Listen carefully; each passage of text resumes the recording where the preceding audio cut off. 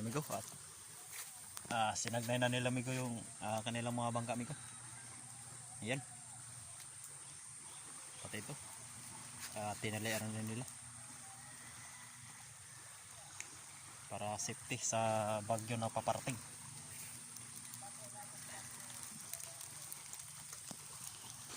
Yan. Kung saan saan na rin nilalagay yung bangka amigo para masafety lang. So yan. Ito amigo, ang hanap buhay nito ay pang-ilawan, lambat sa gabi. Yan ang hanap buhay nito nila. Laki ng lubid nito. Parang lubid ng ano, palira ng buli-buli.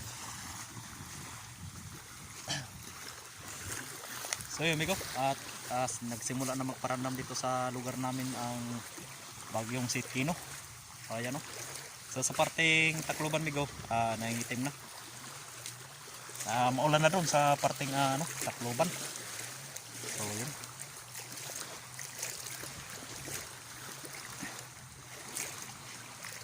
So yun amigo, no? Sa parteng Samar, maulan na rin. Yung lugar na yan amigo, yan parteng Tacloban yan. So medyo nagparandam na rin yung masamang panahon.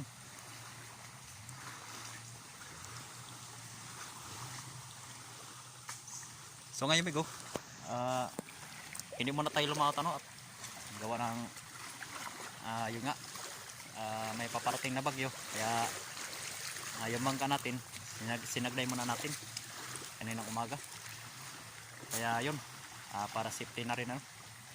So sa sunod na araw na lang tayo mag adventure ulit sa ating pangingisda.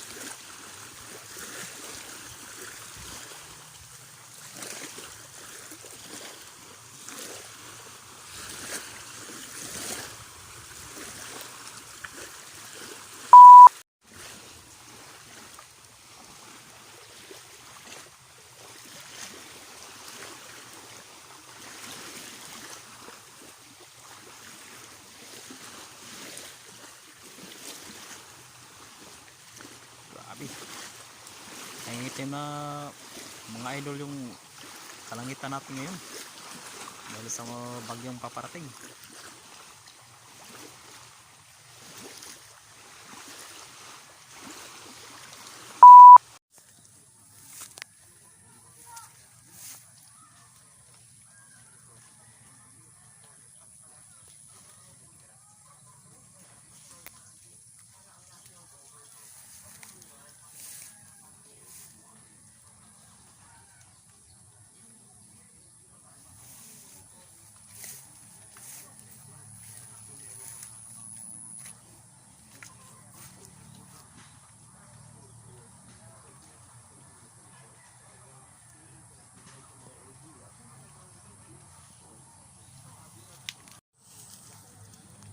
So ito yung bangka natin dito.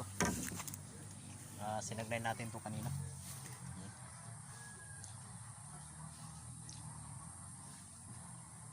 So tinanggal na rin natin yung makina para pansigurado kung lumakas yung ulan ay safety yung makina natin.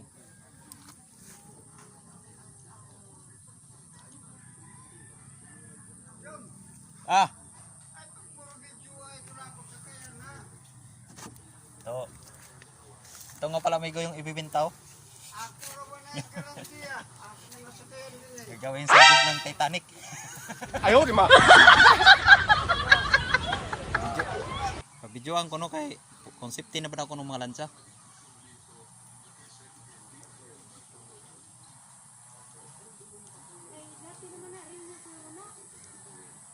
Tingali. Tingali.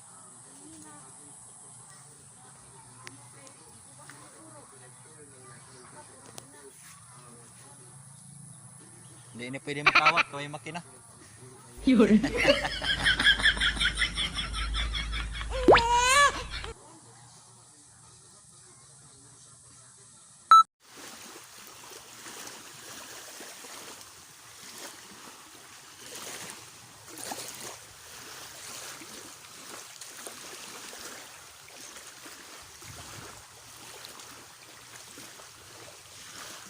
So malayo pa yung Bagyo Migo, pero naingitim na yung pating Tacloban.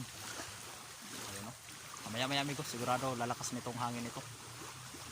Gawa ng papalapit na sa kalupaan yung bagyo na paparating.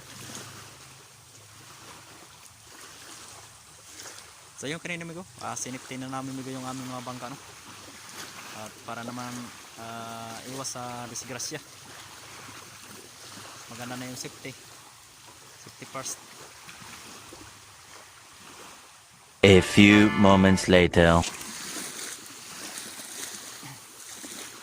So yun Migo, no? Magandang umaga pala sa ating mga subscribers, sa ating mga viewers, pati na rin sa mga silent viewers natin. Yan, magandang umaga po sa inyo lahat at maraming salamat po sa panonood po ninyo ng ating mga video at sa inyong suporta. So yan Migo, at update din tayo sa panahon namin dito, ano? At yun, paparating na yung bagyo. So ngayon hindi talaga tayo lumaot at sa mga susunod na araw lang tayo lalaot, ano? So yun Migo, ganito po yung panahon sa amin ngayon. Habang malayo pa man yung bagyo, nasa Pacific pa.